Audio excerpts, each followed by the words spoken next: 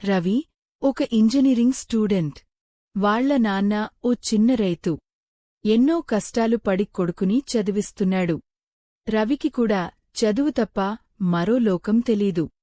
త్వరగా డిగ్రీ పూర్తిచేసి మంచి ఉద్యోగంలో చేరి నాన్న కష్టాన్ని తీర్చాలన్నదే వాడి కల. ఇక ప్రియ ఒక మెడికల్ స్టూడెంట్. మధ్యతరగతి కుటుంబం. హాస్టల్ ఫీజులు భరించలేక తక్కువ అద్దెకు రూమ్ వెతుక్కుంటూ వచ్చింది. చాలా సున్నితమైన అమ్మాయి, కాని పరిస్థితులు ఆమెకు ధైర్యాన్ని నేర్పాయి. Anand journalism student. చాలా సరదాగా లైఫ్ని లైట్ తీసుకునే టైపు. గీత ఒక ఆర్ట్ స్టూడెంట్. చాలా ప్రాక్టికల్, ఎవరితోనూ అంత త్వరగా మాట్లాడదు. ఇక సురేష్ ఒక ప్రైవేట్ కంపెనీలో నైట్ షిఫ్ట్ మేనేజర్. వయసులో అందరికన్నా పెద్దవాడు, కాస్త బాధ్యతగా ఉంటాడు. లక్ష్మి ఒక కాల్ సెంటర్లో జాబ్. పగలు నిద్ర, రాత్రి డ్యూటీ.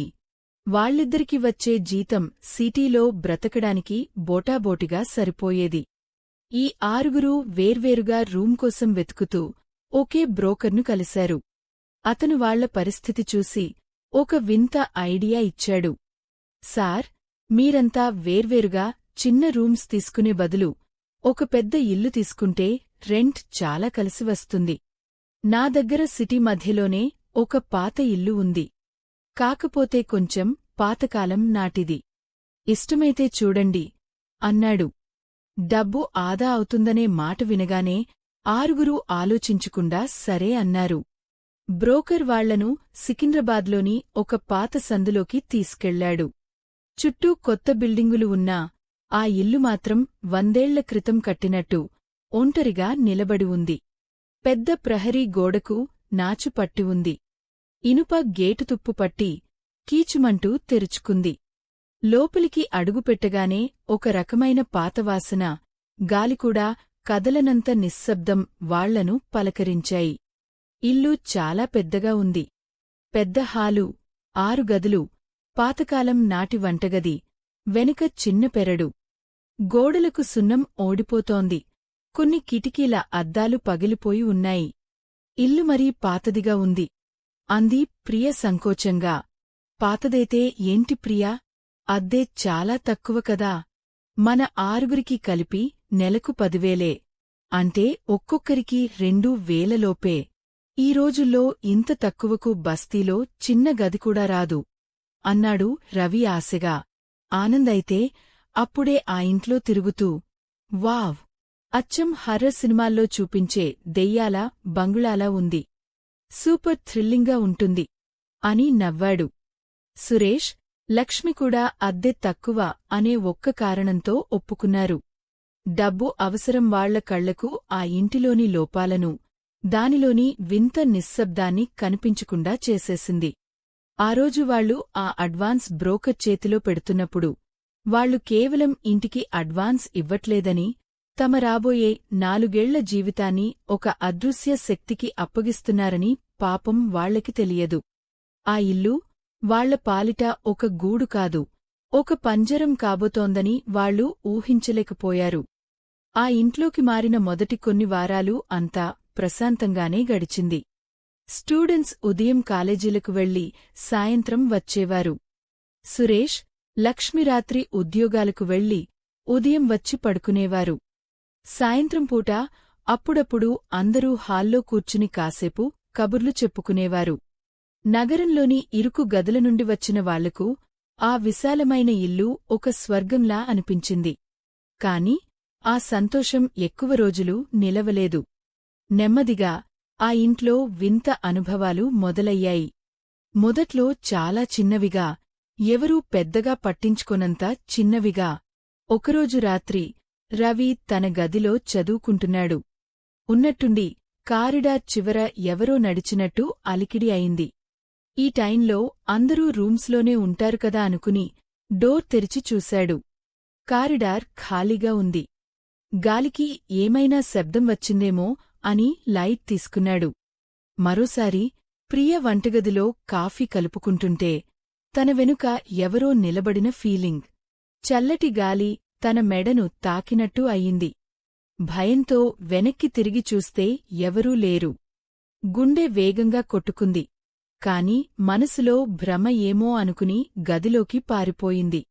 గీతకు తన గదిలోని అద్దంలో వింత అనుభవాలు మొదలయ్యాయి. అద్దం ముందు నిలబడితే ఒక్క క్షణంపాటు తన ప్రతిబింబం వెనుక ఒక నల్లటి నీడ కదిలినట్టు అనిపించేది. కళ్ళు నలుపుకుని మళ్ళీ చూస్తే ఏమీ ఉండేది కాదు. ఇది నా కంటి భ్రమా లేక నిజమా అని తనలో తనే మథనపడేది. ఈ చిన్న చిన్న సంఘటనలను ఎవరూ ఒకరితో ఒకరు చెప్పుకోలేదు. చెబితే పిరికివాళ్లు అనుకుంటారేమోనని లేదా తమ ఊహేమోనని సైలెంట్ అయిపోయారు. లక్ష్మి తన నైట్ షిఫ్ట్ నుండి ఉదయాన్నే అలసిపోయి వచ్చి పడుకున్నప్పుడు తన రూంలోని వస్తువులు కొద్దిగా జరగడం గమనించింది. కాని నిద్రమత్తులో పట్టించుకోలేదు. ఒక్క ఆనంద్ మాత్రం, ఈ ఇంట్లో దెయ్యం ముందిరా, రాత్రి ఎవరో అమ్మాయి ఏడుస్తున్నట్టు సౌండ్ వచ్చింది అని నవ్వేవాడు. అందరూ అదివాడి జోక్ అనుకుని కొట్టిప్రేసేవారు. కాని ఆ నవ్వుల వెనుక, ఆ చిన్న చిన్న అనుమానాల వెనుక ఒక అదృశ్య శక్తి నెమ్మదిగా తన ఉనికిని చాటుకుంటోంది.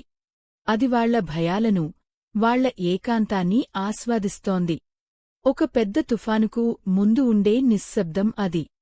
వాళ్లు ఇంకా ప్రమాదాన్ని పసిగట్టలేదు. ఆ ఇల్లు వాళ్లతో ఒక ఆట ఆడుతోందని, ఆటలో వాళ్లు కేవలం పావులని గ్రహించలేకపోయారు. ప్రతి రాత్రి గడిచే కొద్దీ ఆ ఇంట్లోని చీకటి మరింత దట్టంగా మారుతోంది. ఆ గుసగుసలు నెమ్మదిగా స్పష్టమైన మాటలుగా మారడానికి ఎంతో కాలం పట్టలేదు. ఆ ఇంట్లోకి మారి దాదాపు 6 నెలలు గడిచింది. అప్పటికే ఆ ఇంటి గురించి అందరిలోనూ ఒక చెప్పలేని భయం మొదలైంది. కాని ఎవరూ బయటపడలేదు. ఒకరికొకరు ధైర్యం చెప్పుకుంటూ అదంతా తమ ఊహేనని సర్ది చెప్పుకుంటున్నారు. కాని ఆ రోజు రాత్రి జరిగిన ఒక సంఘటన వాళ్ల భ్రమలన్నింటినీ పగలగొట్టి భయంకరమైన నిజాన్ని కళ్ల ముందు నిలబెట్టింది. అది ఒక శనివారం రాత్రి. అందరూ ఇంట్లోనే ఉన్నారు. పరీక్షలు దగ్గర పడుతుండటంతో రవి, ప్రియా, గీత తమ గదుల్లో సీరియస్గా చదువుకుంటున్నారు. ఆనంద్ మాత్రం ఎప్పటిలాగే ల్యాప్టాప్లో సినిమా చూస్తున్నాడు. సురేష్, లక్ష్మి ఆ రోజు సెలవు కావడంతో హాల్లో కూర్చుని మాట్లాడుకుంటున్నారు. టైం రాత్రి 11 దాటింది. ఆనంద్కు సడన్గా గొంతు ఎండిపోయినట్టు అనిపించింది. నీళ్లకోసం తన గదిలో నుండి బయటకు వచ్చాడు. హాల్లో సురేష్, లక్ష్మి లేరు. వాళ్ల గదుల్లోకి వెళ్ళిపోయి ఉంటారు. ఇల్లంతా నిశ్శబ్దంగా ఉంది. కారిడార్ లైట్ వెలుగులో వంటగదిలోకి వెళ్లాడు. పాతకాలం నాటి మట్టికుండలో నీళ్లు తాగాడు. గ్లాసు పక్కన పెట్టబోతుండగా అకస్మాత్తుగా వంటగదిలోని గాలి ఐస్లా చల్లగా మారిపోయింది. అతని వంటిపై రోమాలు నిక్కబొడుచుకున్నాయి. ఎవరో తనను వెనుకనుండి చూస్తున్నట్టు ఒక తీవ్రమైన ఫీలింగ్. భయంతో నెమ్మదిగా వెనక్కి తిరిగాడు. వంటగది గుమ్మం దగ్గర ఒక నల్లటి ఆకారం నిలబడి ఉంది. దానికి స్పష్టమైన రూపం లేదు. గాలిలో కదులుతున్న పొగలా, దట్టమైన చీకటి ముద్దలా ఉంది. కాని దాని మధ్యలో 2 ఎర్రటి చుక్కలు కళ్లలా మండుతున్నాయి. ఆనంద్ గొంతు మూగబోయింది. శరీరం భయంతో బిగుసుకుపోయింది. చేతిలోని గ్లాసు జారి కిందపడి ముక్కలైంది. ఆ శబ్దానికి కూడా అతను ఒలకలేదు, పలకలేదు. అతని కళ్ళు ఆ నీడనే చూస్తున్నాయి. ఆ నల్లటి నీడ నెమ్మదిగా అతనివైపు కదిలింది. అడుగుల శబ్దం లేదు. కాని అది దగ్గరవుతున్న కొద్దీ గదిలోని ఉష్ణోగ్రత పడిపోతోంది. ఆనంద్కు ఊపిరి ఆడటం లేదు.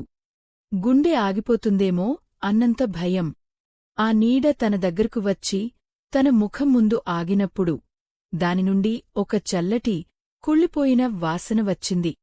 అతను గట్టిగా అరవాలని చూశాడు. కాని గొంతులో నుండి గాలికూడా రాలేదు. అతని కళ్ళు తేలేశాయి. శరీరం బరువు కోల్పోయి ఒక్కసారిగా వెనక్కి కుప్పకులిపోయాడు. అదే టైంలో సురేష్కు తన గదిలో ఏదో అశాంతిగా అనిపించి బయటకు వచ్చాడు.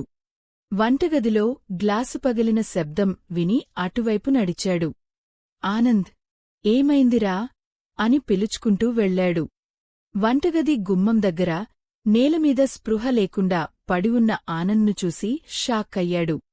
లక్ష్మీ, రవి, ప్రియా, త్వరగా రండి అని గట్టిగా అరిచాడు. అతని అరుపులకు అందరూ తమ గదుల్లో నుండి పరిగెత్తుకుంటూ వచ్చారు. నేలమీద పడివున్న ఆనంద్ను చూసి నిశ్చేష్టులయ్యారు. అతని ముఖం పాలిపోయి పీక్కుపోయి ఉంది. కళ్ళు తెరిచే ఉన్నాయి, కాని వాటిలో ప్రాణం లేదు. ఏదో భయంకరమైన దాన్ని చూసినట్టుగా ఉన్నాయి. ఏమైంది సురేష్ గారూ? అంది ప్రియ వణుకుతున్న గొంతుతో. నాకు తెలియదు, నేను వచ్చేసరికి ఇలాగే పడి ఉన్నాడు అన్నాడు సురేష్ ఆనంద్ నాడిని చూస్తూ. నాడి చాలా నెమ్మదిగా కొట్టుకుంటోంది. రవి వెంటనే నీళ్లు తెచ్చి ఆనంద్ ముఖంపై చల్లాడు. కొద్దిసేపటికి ఆనంద్లో కదలిక వచ్చింది. అతను దగ్గుతూ కళ్ళు తెరిచాడు. అందరినీ చూసి అతని ముఖంలో భయం ఇంకా పోలేదు. ఏమైందిరా, కళ్ళు తిరిగి పడిపోయావా అని అడిగాడు సురేష్. ఆనంద్ లేచి కూర్చోవడానికి ప్రయత్నిస్తూ వణుకుతున్న వేలితో వంటగది గుమ్మం వైపు చూపించాడు. అక్కడ అక్కడ ఒక నీడ, నల్లటి నీడ అని మాత్రమే చెప్పగలిగాడు. అందరూ అతను చూపించిన వైపు చూశారు. అక్కడ ఏమీ లేదు. నీడ ఏంటి ఆనంద్? భ్రమపడ్డావా ఏంటి? అంది గీత.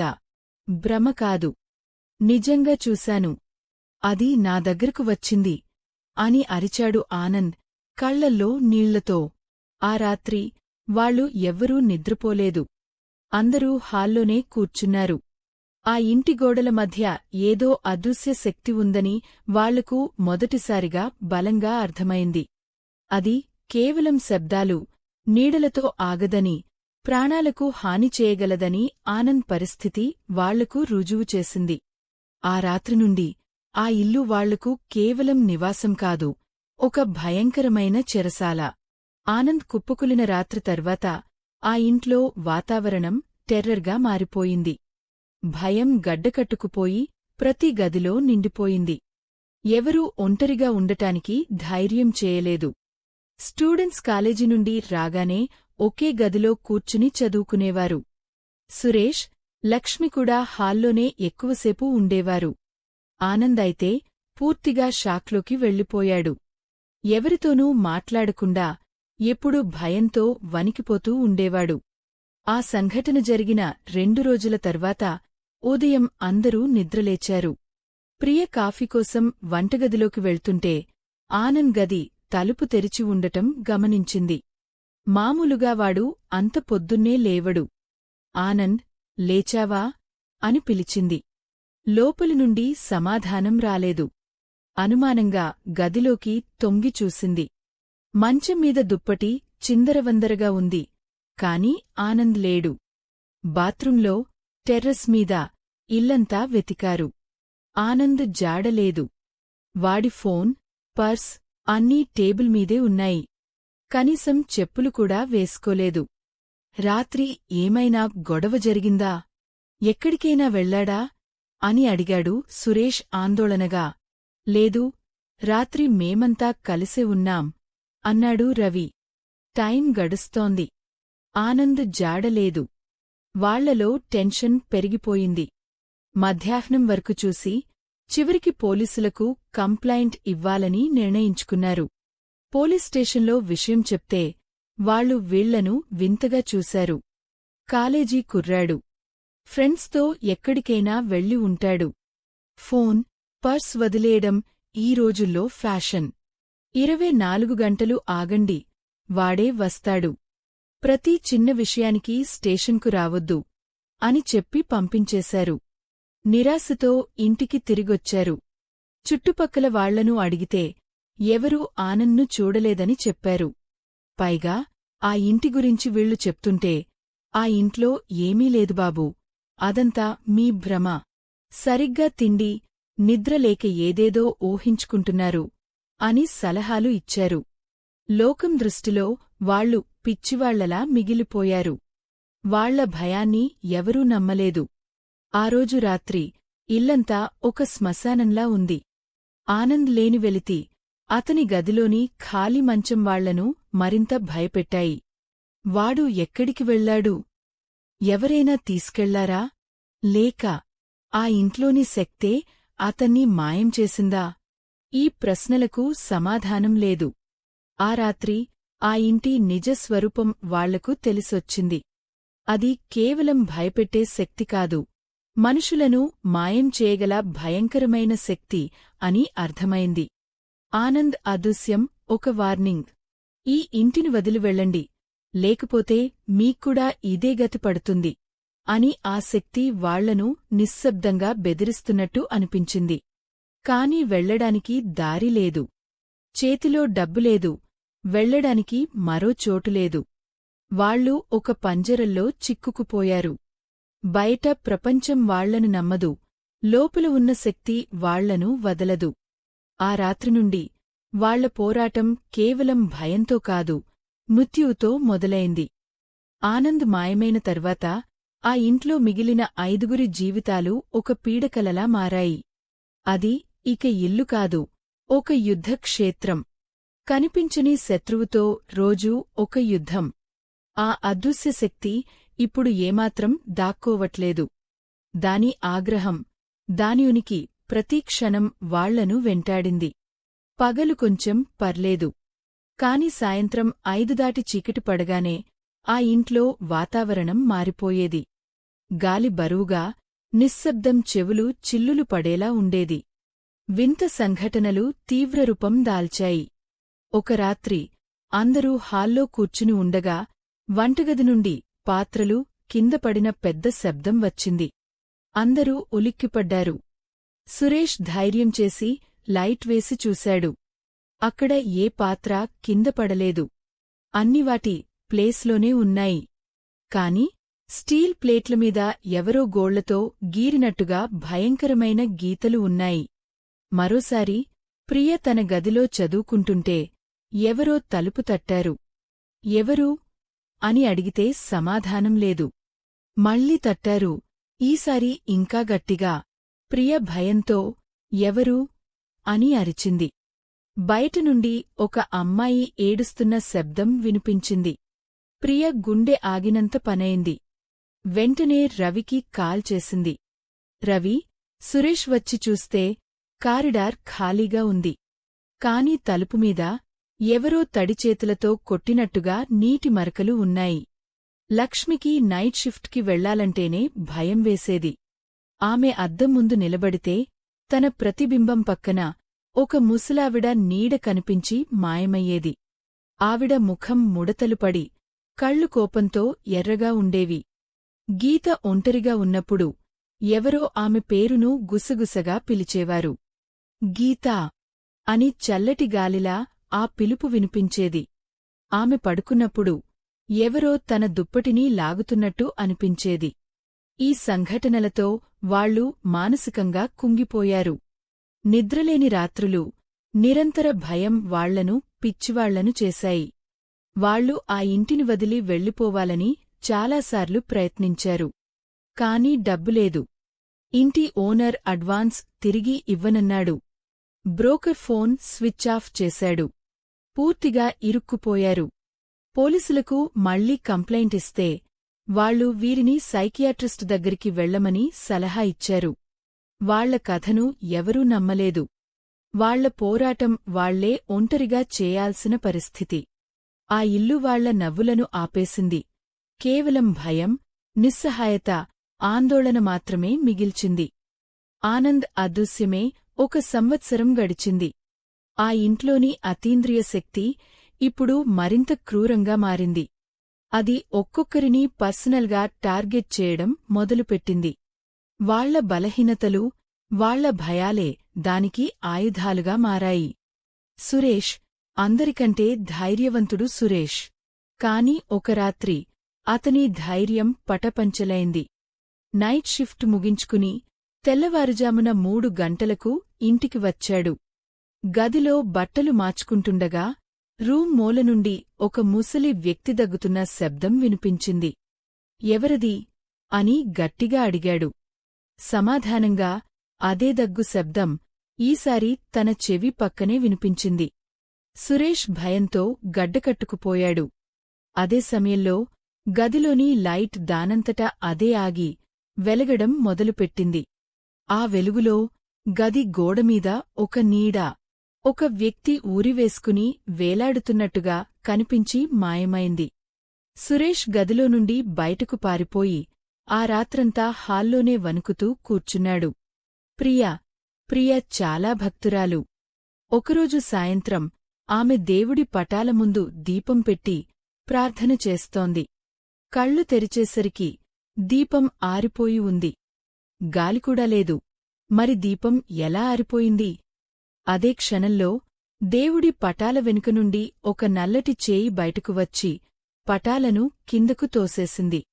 కింద పడిన పటాలపై ఉన్న దేవుళ్ల ముఖాలు ఎవరో గోళ్లతో గీరేసినట్టుగా ఉన్నాయి.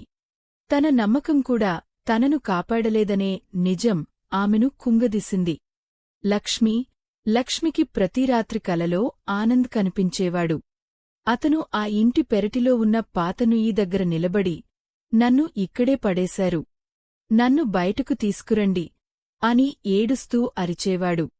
ఇది కల కాదని, ఆనంద్ ఆత్మ తనతో మాట్లాడటానికి ప్రయత్నిస్తోందని ఆమె నమ్మింది. కాని ఆ నుయ్యి దగ్గరకు వెళ్లడానికి ఆమెకు ధైర్యం చాలలేదు. రవి ఆ ఇంటి చరిత్ర గురించి తెలుసుకోవడానికి ప్రయత్నించసాగాడు. ఒకరోజు రాత్రి అతను తన ల్యాప్టాప్లో ఆ ఏరియా గురించి వెతుకుతుండగా స్క్రీన్ మీద అక్షరాలు వాటంతటా అవే టైప్ అవ్వడం మొదలైంది. ఇక్కడి నుండి వెళ్ళిపో, ఇది మా ఇల్లు. రవి భయంతో ల్యాప్టాప్ను మూసేశాడు. ఆ శక్తి తమ ప్రతి కదలికను గమనిస్తోందని అతనికి అర్థమైంది. గీత తన గదిలో ఒంటరిగా ఉన్నప్పుడు గోడలమీద నీటి మరకలు నెమ్మదిగా ఏర్పడి ఒక స్త్రీ ఆకారంలా మారేవి. ఆకారం కన్నీళ్లు కారుస్తున్నట్టుగా ఆ నీటి చుక్కలు గోడమీద నుండి కిందకు జారేవి. బాత్రూం అద్దమ్మీద ఆవిరితో నన్ను కాపాడు అని రాసి ఉండేది. ఈ వ్యక్తిగత దాడులతో వాళ్ల మధ్య దూరం పెరిగింది. తమ అనుభవాలు చెప్పుకోవడానికి కూడా భయపడ్డారు. ఆ ఇల్లు వాళ్లను శారీరకంగానే కాదు, మానసికంగా కూడా విడదీసింది. ఇప్పుడు వాళ్ళు 5 అపరిచితులు ఒకే ఇంట్లో తమ సొంత నరకాన్ని ఒంటరిగా అనుభవిస్తున్నారు. ఈ ఇంట్లో ఉంటే చావు తప్పదని, బయటకు వెళ్లే దారి లేదని వాళ్లకు అర్థమైపోయింది. ఈ కనిపించని శత్రువును ఎదుర్కోవాలంటే ముందు దాని కథ తెలుసుకోవాలి. ఎందుకు అది ఈ ఇంట్లో బందీగా ఉంది? దాని కోపానికి కారణమేంటి? ఈ ప్రశ్నలకు సమాధానాలు దొరికితేనే విముక్తి దొరుకుతుందని నమ్మారు. 2వ సంవత్సరం గడుస్తోంది. భయాన్ని పక్కన పెట్టి నిజం కోసం వెతుకులాట మొదలుపెట్టారు. గీత ఈ బాధ్యత తీసుకున్నారు. పాత రికార్డుల కోసం ఆఫీసుల చుట్టూ తిరిగారు. ఎన్నో రోజుల తర్వాత వాళ్లకు కొన్ని నిజాలు తెలిసాయి. ఆ ఇల్లు సుమారు 80 ఏళ్ల క్రితం ఒక జమీందార్ తన 2వ భార్య శాంతమ్మ కోసం కట్టించాడు. ఆమె చాలా మంచిది, అందమైనది. కాని జమీందార్ మొదటి భార్యకు, ఆమె బంధువులకు శాంతమ్మ అంటే అసూయ. ఆ ప్రాంతంలోని ఒక వృద్ధుడు వాళ్లకు అసలు కథ చెప్పాడు. ఆ ఇల్లు శపించబడింది బాబూ అన్నాడాయన. శాంతమ్మగారు గర్భవతి అని తెలిసాక ఆస్తి దక్కదేమోనని భయపడి జమీందార్ మొదటి భార్య బంధువులు ఒక అమావాస్య రాత్రి ఆమెను దారుణంగా కొట్టి ఆ ఇంటి వెనకాల ఉన్న నుయ్యిలో బ్రతికి ఉండగానే తోసేశారు. ఆమె ఆ నుయ్యిలోనే ప్రాణాలు విడిచింది. పోలీసులు దాన్ని ఆత్మహత్యగా కేసు మూసేశారు. ఈ కథ వింటున్నప్పుడు రవికి, గీతకు ఒళ్ళు గగుర్పొడిచింది. లక్ష్మి కలలో ఆనంద్ అదే నుయ్యి దగ్గర కనిపించడం, అక్కడి నుండే శబ్దాలు రావడం, అన్నీ కనెక్ట్ అయ్యాయి. ఆ తర్వాత ఆ ఇంట్లో ఎవరూ నిలవలేదు. చాలా ఏళ్ల క్రితం ఆ ఇంట్లో ఒక యువకుడు కూడా ఊరివేసుకుని చనిపోయాడు అని చెప్పాడు ఆ వృద్ధుడు. ఇప్పుడు వాళ్లకు అర్థమైంది. ఆ ఇంట్లో ఉన్నది ఒకటి కాదు, 2 ఆత్మలు. ఒకటి అన్యాయంగా చంపబడిన శాంతమ్మ ఆత్మ. ఆమె తన బాధను, నిస్సహాయతను చూపిస్తోంది, కాని ఎవరికీ హాని చేయట్లేదు. 2వది ఆత్మహత్య చేసుకున్న యువకుడి ఆత్మ. అదే దుష్టశక్తిగా మారింది. ఆనంద్ను మాయం చేసింది. మిగతా వారిని హింసిస్తున్నది అదే. నిజం తెలిసాక వాళ్లు శాంతమ్మ ఆత్మకు శాంతి కలిగించాలని నిర్ణయించుకున్నారు. చివరికి ఒక అనుభవజ్ఞుడైన పంతులు వాళ్లకు సహాయం చేయడానికి ఒప్పుకున్నాడు. ఆ దుష్టశక్తి చాలా బలమైనది. దాన్ని ఎదుర్కోవడం ప్రమాదం. శాంతమ్మ చనిపోయిన అమావాస్య రోజున ఆ నుయ్యి దగ్గర శాంతి పూజ చేయాలి. ఆమె ఆత్మ శాంతిస్తే ఆ దుష్టశక్తి బలం తగ్గుతుంది. కాని ఆ పూజ చేస్తున్నంతసేపు అది మిమ్మల్ని ఆపడానికి అన్ని విధాలా ప్రయత్నిస్తుంది. మీరు చాలా ధైర్యంగా, ఐక్యంగా ఉండాలి అని హెచ్చరించాడు. వాళ్ల ముందు ఇప్పుడు ఒకే ఒక మార్గం ఉంది. ఆ భయంకరమైన రాత్రిని ఎదుర్కోవాలి. గెలిస్తే విముక్తి, ఓడితే మృత్యువు. 4వ సంవత్సరం. వాళ్లు ఆ ఇంట్లోకి అడుగుపెట్టిన సరిగ్గా 4 ఏళ్లకు ఆ అమావాస్య రాత్రి రానే వచ్చింది. ఆకాశం నల్లగా, దట్టమైన మేఘాలతో ఉంది. ఆ రాత్రి వాళ్ల జీవితాలను నిర్ణయించుబోతోంది. పంతులుగారు చెప్పినట్టు వాళ్లు పెరటిలోని ఆ పాడుబడ్డ నుయ్యి దగ్గర పూజకు అన్నీ సిద్ధం చేసుకున్నారు. రాత్రి 11 గంటలకు పూజ మొదలైంది. సురేష్, రవి, లక్ష్మి, ప్రియ, గీత 5గురు ఆయన చుట్టూ చేతులు పట్టుకుని ఒక వలయంలా నిలబడ్డారు. ఏం జరిగినా ఎట్టి పరిస్థితుల్లోనూ చేతులు వదలొద్దు, కళ్ళు తెరవొద్దు. మీ ఐక్యతే మీ రక్షణ అని పంతులుగారు హెచ్చరించారు. పూజ మొదలైన కొద్దిసేపటికే వింతలు మొదలయ్యాయి. ఒక చల్లటి గాలి బలంగా వీచి దీపాలన్నీ ఆరిపోయాయి.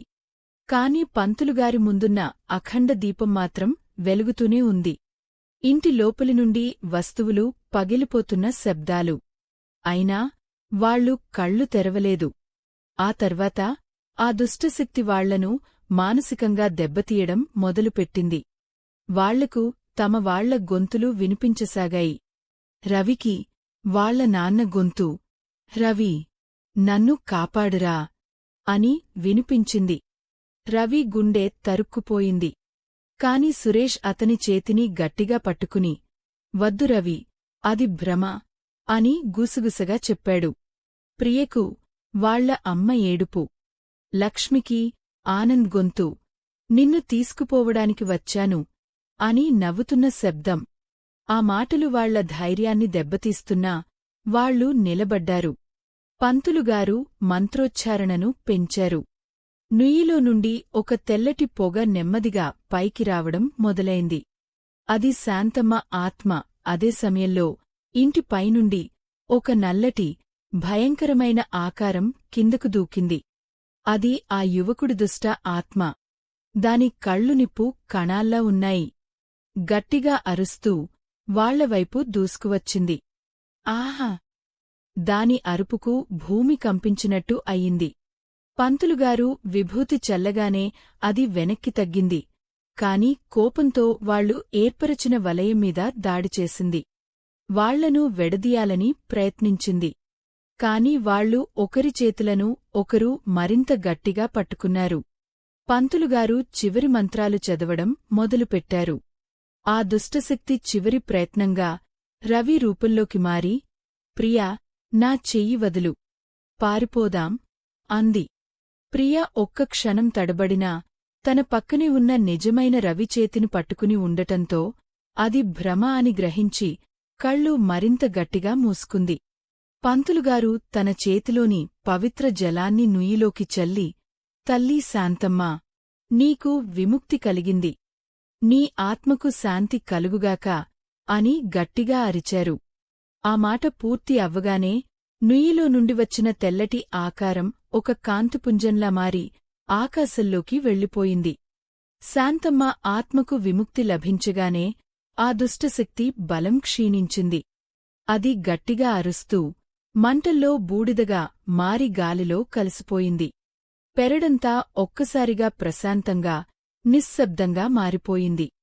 4 ఏళ్ల నరకానికి తెరపడింది. పూజ తర్వాత ఆ ఇల్లు ప్రశాంతంగా మారిపోయింది. ఎన్నో ఏళ్లుగా ఆ ఇంటిని పట్టి పీడిస్తున్న బాధ, కోపం అన్నీ తొలగిపోయినట్టుగా ఉంది. పంతులుగారు, ఇక మీకు ప్రమాదం లేదు. కాని ఈ ఇల్లు ఎన్నో చెడు సంఘటనలకు సాక్షి. వీలైనంత త్వరగా ఈ ఇంటిని ఖాళీ చేసి వెళ్ళిపోవడం మంచిది అని సలహా ఇచ్చి వెళ్ళిపోయారు. ఆ రాత్రి వాళ్ళు ఎన్నో ఏళ్ల తర్వాత ప్రశాంతంగా నిద్రపోయారు. మరుసటి రోజు ఉదయం ఆ ఇల్లు కూడా ఊపిరి పీల్చుకుంటున్నట్టు అనిపించింది. వాళ్ళు ఒకరి ముఖాలు ఒకరు చూసుకున్నారు. వాళ్ల కళ్లల్లో భయం లేదు, కాని ఒక చెప్పలేని అలసట, బాధ ఉన్నాయి. ఈ పోరాటంలో గెలిచారు, కాని స్నేహితుడు ఆనంద్ను కోల్పోయారు. ఆ గాయాలు జీవితాంతం నిలిచిపోతాయి. ఆ సంఘటన వాళ్లను పూర్తిగా మార్చేసింది. వాళ్ళు కేవలం రూమ్మేట్స్ కాదు, ఒకరికోసం ఒకరు ప్రాణాలకు తెగించిన ఒక కుటుంబంలా మారిపోయారు. కొన్ని వారాల తర్వాత వాళ్ళు ఆ ఇంటిని ఖాళీ చేశారు. వెళ్లే ముందు ఆ 5గురు నుయ్యి దగ్గర నిలబడి శాంతమ్మకు, అలాగే తమ స్నేహితుడు ఆనంద్కు మౌనంగా శ్రద్ధాంజలి ఘటించారు. ఆ ఇంటి గేటు దాటి బయటకు వస్తున్నప్పుడు ఒక జైలు నుండి విడుదల అయిన ఫీలింగ్ కలిగింది. వాళ్ళు వేర్వేరు దారుల్లో వెళ్ళిపోయారు, కాని వాళ్ల మధ్య బంధం చెరిగిపోలేదు. ఆ భయంకరమైన అనుభవం వాళ్ల జీవితంలో ఒక మాయని మచ్చ. ఈ కథ మీకు ఎలా అనిపించింది? ఒకవేళ వాళ్ల స్థానంలో మీరు ఉంటే ఏం చేసేవారు? మీ అభిప్రాయాలను కింద కామెంట్స్లో మాతో పంచుకోండి. ఇలాంటి థ్రిల్లింగ్, మిస్టరీ కథలు మీకు ఇంకా కావాలంటే మా ఛానల్కు సబ్స్క్రైబ్ చేసుకోండి. ఈ వీడియో నచ్చితే లైక్ చేసి మీ స్నేహితులతో షేర్ చేసుకోవడం మర్చిపోవద్దు. కాలం గడిచింది. రవి, సురేష్, లక్ష్మి, ప్రియా, గీత అందరూ తమ జీవితాల్లో ముందుకు సాగిపోయారు. కాని ఆ పాత ఇల్లు, ఆ 4 జ్ఞాపకాలు వాళ్లను నీడలా వెంటాడుతూనే ఉన్నాయి. వాళ్ళు ఇప్పుడు ఒంటరిగా ఉన్నప్పుడు భయపడరు, చీకటిని చూసి వణకరు. ఎందుకంటే వాళ్ళు అసలైన భయాన్ని, నిజమైన చీకటిని చాలా దగ్గరగా చూశారు. దాన్ని జయించారు. ఆ ఇల్లు ఇప్పుడు ఖాళీగా ఉంది. కాని అప్పుడప్పుడు ఆ దారిన వెళ్లేవాళ్లకు రాత్రిపూట ఆ ఇంటి పెరటిలో నుయ్యి దగ్గర ఎవరో నిలబడినట్టు, ఒకరితో ఒకరు మాట్లాడుకుంటున్నట్టు అనిపిస్తుందట. బహుశా ఆ ఇంట్లో జరిగిన పోరాటానికి, వాళ్ల ఐక్యతకు, వాళ్ల ధైర్యానికి ఆ ప్రదేశం ఇంకా సాక్ష్యంగా నిలిచిందేమో. కొన్ని కథలు భవనాలతో ముగిసిపోవు. అవి మనుషుల జ్ఞాపకాలలో శాశ్వతంగా జీవిస్తూనే ఉంటాయి. బహుశా కొన్ని కథలు ఎప్పటికీ ముగియవేమో.